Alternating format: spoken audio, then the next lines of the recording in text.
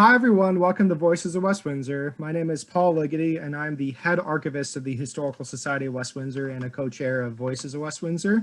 And I have with me Jyotima Prasad, who is the head of Gratitude and Abundance in West Windsor. So welcome, and thanks for joining us.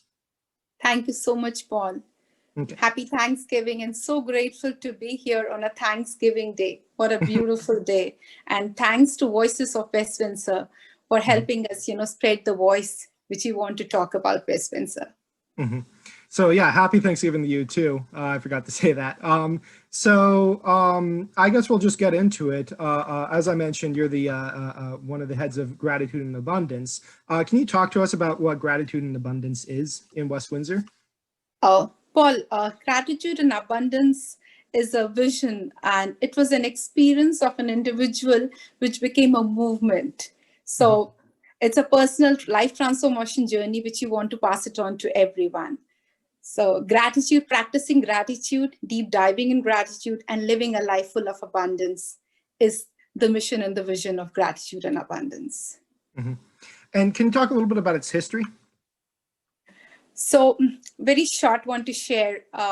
2010, I experienced a life and death situation, and that was the turning point of my life. Before that, everything was good, but my perspective and the eyes which I was looking at the world was as more of a complainant and a victim.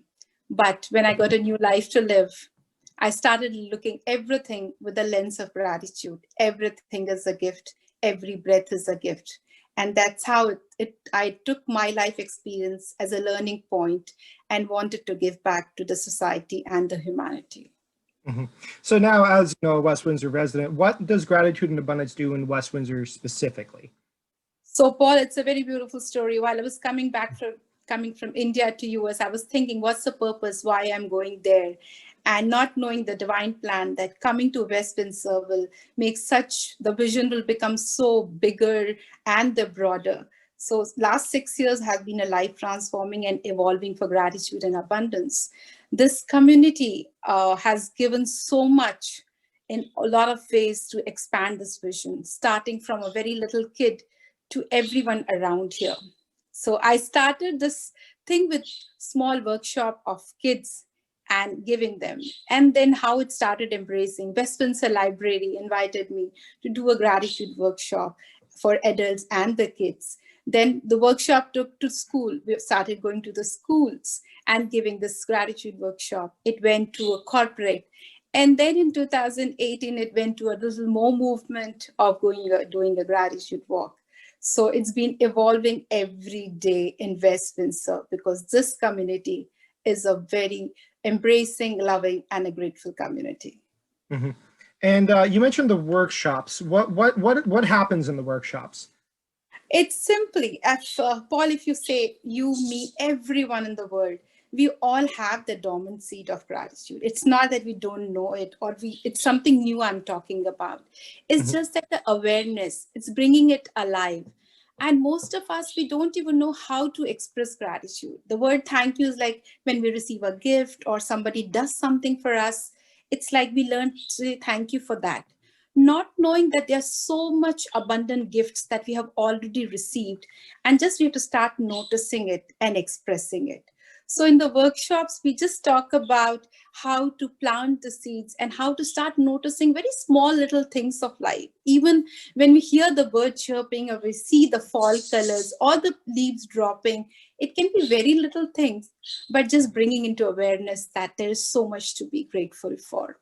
That's what we talk about in a gratitude workshop. Every time something new comes up because they're abundant blessing for all of us. And I know this is not a question that I sent you, so bear with me here, but in West Windsor, obviously, generally the sentiment that I've been getting from other people who live here is that it's a great community to live in. Is there a specific or either a specific or a few specific things that you think are especially gratitude worthy in West Windsor?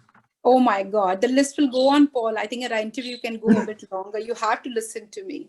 So first, I'll start with the nature's beauty. I think our West Windsor has been bestowed with such a beautiful nature around us that we don't have to go any far to feel and have the connect with the nature.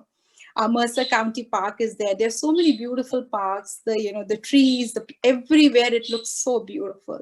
Secondly, I will look forward for the leadership. Everywhere where you see things are working so perfectly and nicely, and even there's some improvement, it's been embraced. If somebody tells something, I've seen the leadership embraces and make changes according to that. So that's a very connected kind of a thing. I see the volunteer work. You see the fire department, our Girl Scout, Boy Scout, the volunteering group, we're doing services, food, and the youngsters, especially, Paul, they are, I think, they always look forward. How can I help? How can I serve? And that is very heart touching to see that this entire community is a giving community. People look forward to make, each other happy. And during this time, Paul, I think we all have noticed everybody came forward to help and serve each other.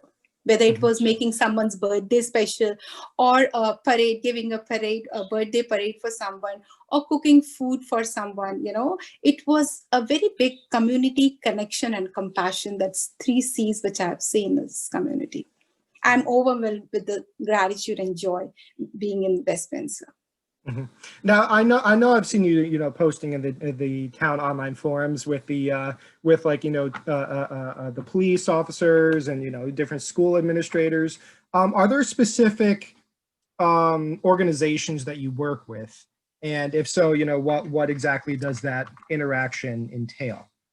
So what happens when we talk about gratitude, it's more about we go beyond our own self, the connection. And when you think you have received so much, it's always like you want to give forward, pay forward. So as an individual, as a group, we have a lot of groups here which works to serve other people wherever there is a need. So it's a very beautiful community, and in a group it's called Let's Express Gratitude, where everybody comes forward and every month do a different drives, whether it's a home front or Trenton Soup Kitchen or senior citizen home, anywhere whether you see a need, you just come forward, collect. Some people are so generous, giving their time, energy, idea, money to serve in some way or the other. So there are a lot of things, Paul, that it goes on a regular basis. Okay, so there is a service component to. Yes. Okay. Yes. Okay. Now, in terms of you mentioned the gratitude walk. Can you speak a little bit about that? What it is, the history of it, how it's changed over the years? That's again a very beautiful, how every thought, you keep on getting thoughts that how things can come together. So this was one of the thought and idea of group of people, what can we do? And I think everybody knows Martin here. Martin is a wonderful human being, a very loving, affectionate soul who's all around. He's into school board, then he is a Windsor Athletic Club, he runs around. You could see him. So it was like, I used to see him all around places. So when the thought comes with a group of friends, and then we approached because we needed a place where do we walk around. It's just and Windsor Athletic Club is a place where a lot of community people go. So that one thought, one idea transformed and started with little, but it just became bigger and bigger, that we come forward, talk about gratitude, and then take a walk in the arena and pause about things and be grateful for. So that is how that started in 2018. 19, we did a walk, but in 20, the walk which we were thinking we are not able to do, it became into a much bigger platform. That's how, when we see obstacle, there are much more blessings. So this year we couldn't do a walk, but it was a 7 days gratitude celebration of the community together. So yeah, that actually transitions perfectly into my next question, which is how operations have changed as a result of COVID.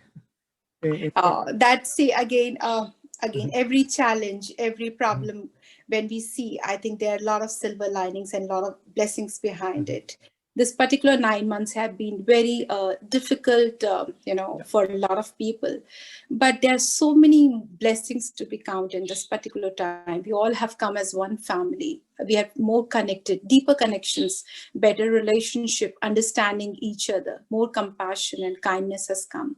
So this COVID changed that a 1 day of gratitude walk into a 7 days of celebration. And it's just still going on, because the kind of videos which it is touching to receive from so many people all across the community. We are still floating that, sharing that videos now and on. So the celebration is on. That's why today I posted that let's make each and every day a Thanksgiving day, so that life can be more fulfilling and more abundant for everyone.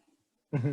And actually, one thing I forgot to ask was how long you've lived in West Windsor. And yeah. Go ahead. Yeah. No, go ahead, Paul.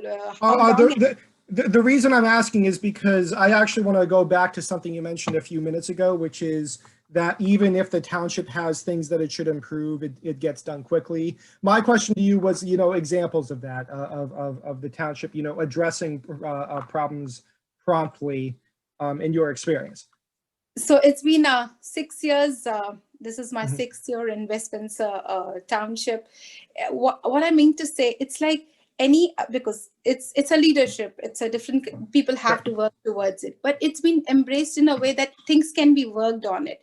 So anything you give a suggestion for things to work on, at least some steps gets taken towards it. So I think I got a lot of work done and helped during my 7 days of gratitude thing also, that how things can be worked during COVID time also. Mm-hmm.